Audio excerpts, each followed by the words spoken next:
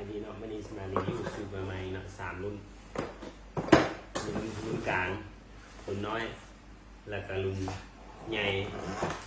วันนี้เราสิมาประกอบให้เบิ่งว่าประกอบจังใดเพราะว่าลูกค้าหลายคนไปประกอบเวลาประกอบแล้วล่ะสูบบางเทื่อลมออกทางหลังออกไปทางหลังเทือกออกอยู่นี่ประกอบบนแน่นเทือกออกอยู่บนนี้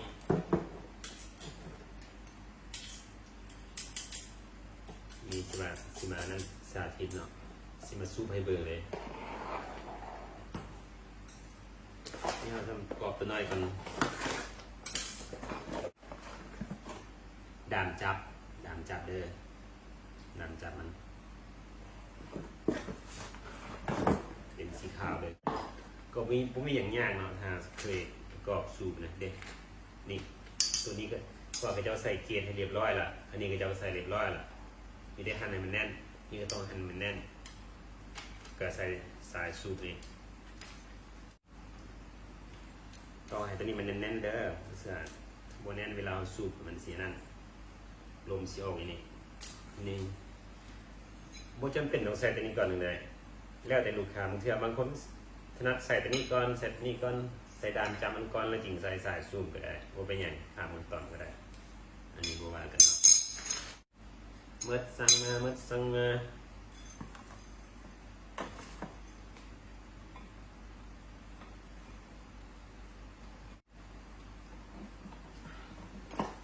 เรียบร้อยตัวนี้นะ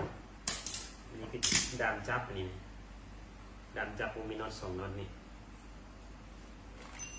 ดามจับยังไงเอาน็อตในสุดนี้ก่อนเส้นมันก่อน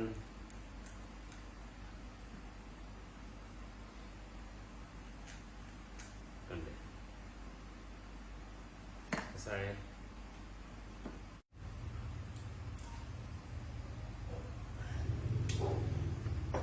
เรียบร้อยอันนี้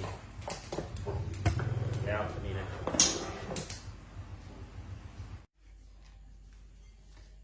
นี่หลังจากประกอบแล้วเนาะมันจะประกอบแล้วแน่นหนาแล้วเนาะหลังจากประกอบเรียบร้อยวันนี้เราสิลองมาเทสเนาะตัวน้อยนี้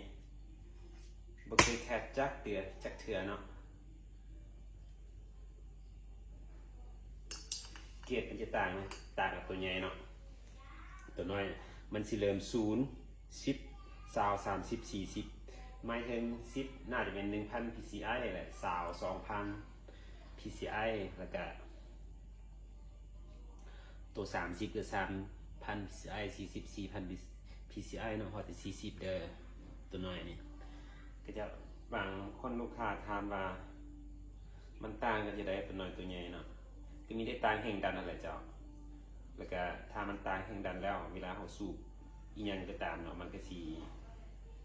นานเต็มเอาตัวนี้เอาตัวกันเทสนี่มันยัดใส่ก่อนยัดแน่นๆกัน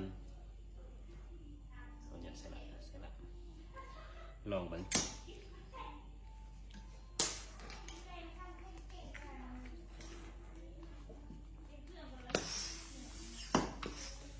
ลมออกนี่เนาะมาต้องอัดก่อนอัดตัวนี้ก่อนอัดมันแน่นลองมัน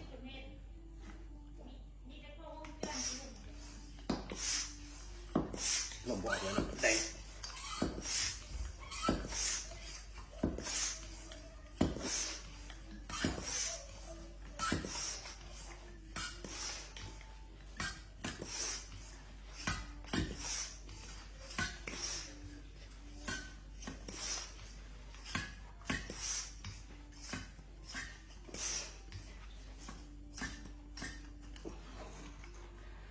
ได้ผู้ที่ได้40เนาะได้40แสดงว่าเต็มเลยตัวนี้ตัวน้อยนะเกียรติวัดได้40หรือว่า 4,000 PCI เนาะตัวน้อยนะสามารถสูบได้เนาะโอเคแล้วก็ปล่อยลม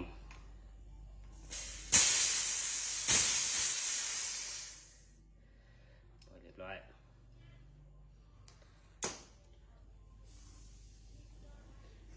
ลง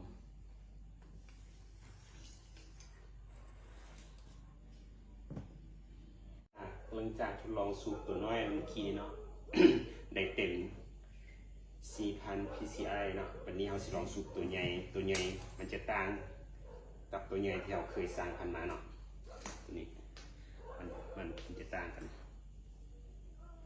ลองเบิ่งแต่ว่าเกรดมันเกรดญี่ปุ่นให้กันเด้อเกรดญี่ปุ่นเขียนว่าเกรดญี่ปุ่นอยู่นี่ก่อนคือเก่าก่อนทดสอบอย่างก่อนที่สู้เป็นอย่างให้อัดตัวนี้อัดลมนี่แน่นๆย้ำทุกครั้งแน่นๆนี่ตัวนี้เกรดมันนี่หันไปแน่นซ้ายเท่านี้แน่นเดี๋ยวลองเบิ่งนี่มันจะที่ใดให้ได้ตัวนี้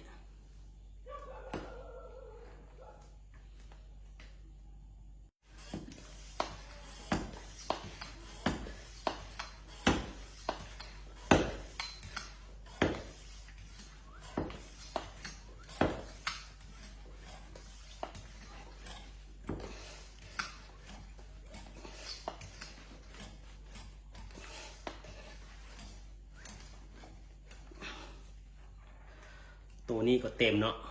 6,000 PCI เด้อเต็มเด้อนี่สิได้ปล่อยลงไปนี่นะ